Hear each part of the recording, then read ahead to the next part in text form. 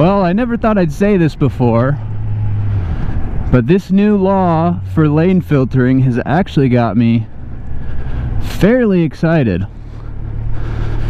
because we just gonna skirt right up through everybody, like just like that.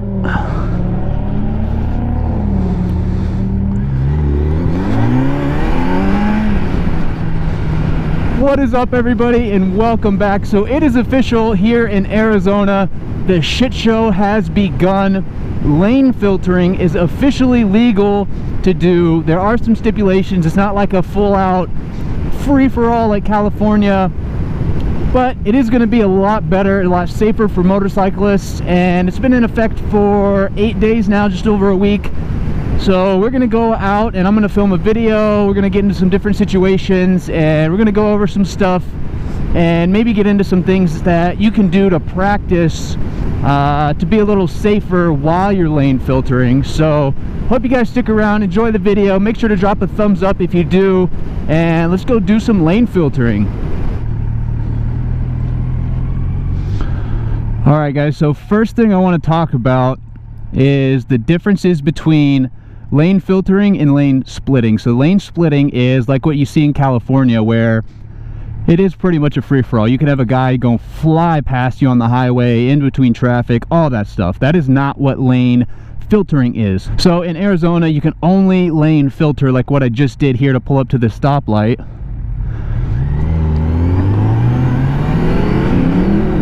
So the laws for lane filtering in Arizona, the posted speed limit has to be 45 miles per hour or less. So right here, 45 miles per hour. You cannot do it on a highway, so the speed limit has to be 45 miles per hour or less. And the traffic has to be in 2 lanes. So like right here, there's like 3 lanes. Obviously there's 2 turning lanes, but right here, there's 3 lanes. So there has to be at least 2 lanes moving the same direction.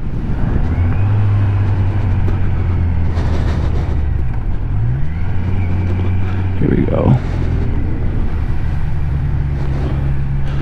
Doody-doody-doo. Holy smokes, this is nice. So it has to be 2 lanes. If the traffic is stopped, it's illegal technically, but everything's legal as long as you don't get caught, right? And you cannot exceed a speed of 15 miles per hour while you are filtering. So as you're going through traffic, I think it'd be pretty dumb to exceed 15 miles per hour anyways, but you cannot exceed 15 miles per hour. And something else just on top of it as a little bit of a suggestion is only do it, obviously when it's safe, but only do it when you feel comfortable. If you don't feel like the situation, if you don't feel like you can get through in that particular situation, if you don't feel like the cars are far enough apart, if you don't feel comfortable on your bike to get through a small gap, then just don't do it. It's that simple. There's really no tricks to it. I will go through some other, let's say, drills that you can do in a parking lot to get more confidence on your bike. But like I was saying, just use common sense. If you don't think that you can get to the front, if you don't feel comfortable, just use common sense. Don't do it if you don't feel comfortable. If you have any hesitation at all, just don't do it. It's not the end of the world if you don't get through to the front. So those would be my recommendations. So I think a lot of people, especially cagers, are very confused as to why they passed this law. And I can probably guarantee that nobody is watching this, but anyways, I do want to highlight a situation as to why it's important, is because we as motorcyclists have absolutely no protection from the back. So let's say we're stopped right here up behind this car. I'll kind of show you. Or right here like normal, if lane filtering wasn't legal. If I stopped right here, if I'm just kind of not paying attention, it'd be very easy for somebody to come up and rear end me. So to get through to the front, I will say you need some skill to do this. So if you don't feel comfortable, do not do it. Like, that's a tight little gap right there. So if you do not feel comfortable, don't do it.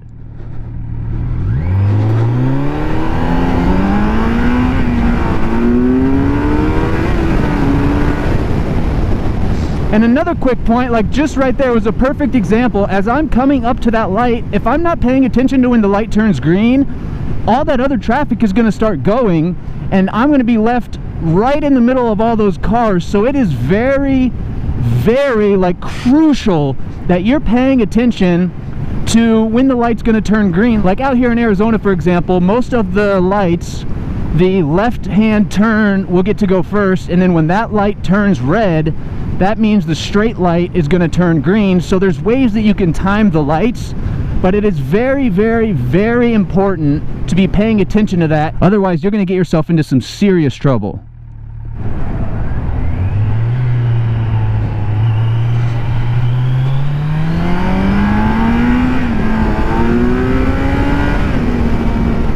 And lucky enough for me, so far I have not had any issues with cars.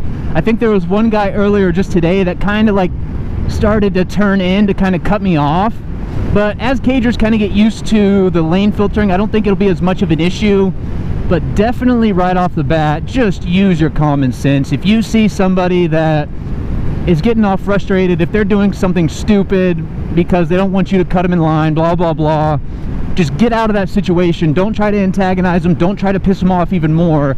I would just recommend get out of that situation. It's not going to be beneficial to either person to escalate that situation. So just move on.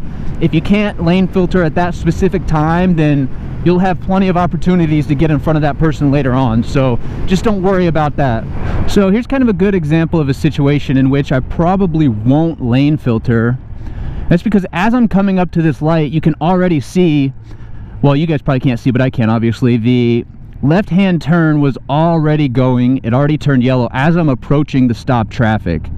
So since the law states that traffic has to be stopped, if you're approaching the light and you know that the timing of the light is about to turn green, and let's say there's 10 to 15 cars up in front of you, if you can't get to the front of that line by the time the light turns green, then I would just go ahead and avoid filtering in that specific instance, since the traffic is going to start moving. You don't want to be stuck between cars when they start taking off as well.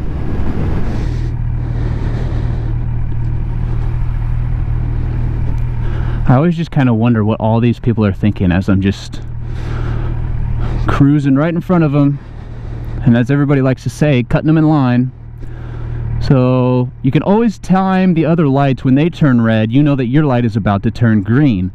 So like I said, as this left turn traffic is going to go first, once this light starts to turn yellow right now, so I'm preparing to take off here and get ahead of all this traffic.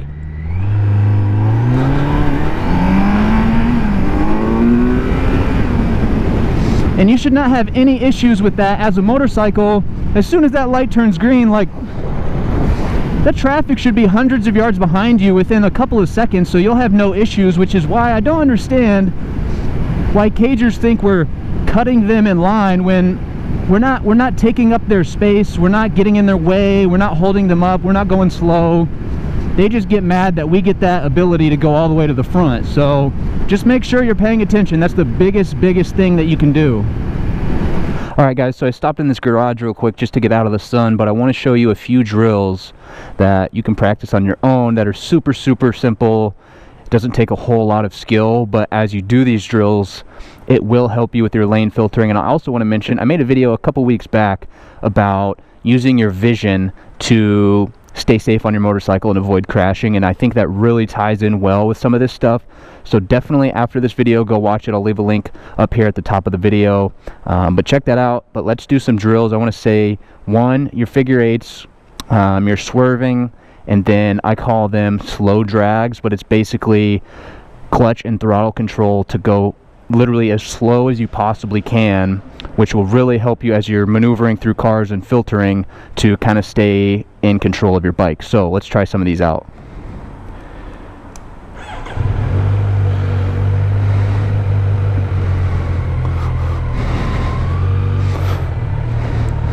So first one I want to do is the slow drag. So I'm going to start right here at the start of these speed bumps, and I'm literally going to be going as slow as I possibly can and in as straight of a line as I possibly can as well. And that is going to help me get a lot of control of the bike, the clutch. I'm using the rear brake as I go here, no front brake. I'm going to keep doing this over and over and over again, but you guys kind of get the gist of that. So definitely practice your slow drag. And then since this is a parking garage, there's not really lines to go. I guess I can do right here, but I'm going to try to swerve every 2 lines, go back and forth. So I'm going around every other 2 lines. And as you get better, you can speed up and slow down these drills. And I would definitely try practicing these in like an open parking lot with lines so you can kind of gauge the distances, but right now I'm just kind of using these as examples. There's something else I've always mentioned practicing in a parking lot, but you guys want to be practicing your figure 8s. And try to get as tight as you possibly can. You're going to be using your counterbalancing. And all these drills will greatly help as you start lane filtering and just being more confident on your bike all around, not just lane filtering, but in every situation. And with these, you want to make sure you're turning your head at the start of the turn, you're looking all the way through and then going back. So these are just some drills that I just rambled off the top of my head. Super easy to do. Definitely try some out. There's all kinds of drills. Check out Motujitsu. But you can download his app and get all kinds of ideas for drills and different ways to improve your riding. So that's all for right now, but let's hit back on the road and do some more lane filtering. And obviously in this particular situation, there is no traffic in this far left lane, so there's literally no reason to lane filter. There's no, if you don't have to, then don't do it, you know. Obviously it keeps us safe, but there is another level of concern to take when you are filtering that involves another aspect of being safe and having the skill, and it is dangerous if you don't know what you're doing. So if it's possible, opt for the option to not lane filter is what I would say.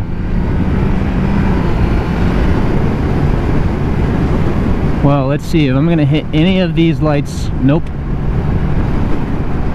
It always turns out whenever you want to hit a red light, you never get the red light. That's just how it goes, I guess.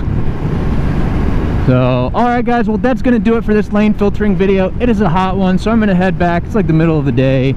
But I hope you guys enjoyed this video. I hope you definitely learned something. I would highly suggest looking up the rules or the laws of lane filtering in Arizona, just so you have a double confirmation of what's going on. I know I didn't give you any false information, but it wouldn't hurt for you to look them up as well. Drop a comment down below. What do you guys think? Will you be lane filtering or not? I'm curious what you guys think. I know some bikers are totally against it. I'm not sure why, and some are like totally for it, and they have no conscious of like the added danger that it does add. So I'm curious what you guys think. I'm definitely going to be doing it in the right situations. I think it's just kind of like I said, use your best judgment and do it if you think you can, and if you have any hesitation, I would skip it. But thank you guys again for watching. I really appreciate it. Make sure you drop a big thumbs up, subscribe, and we will catch y'all in the next video. Peace.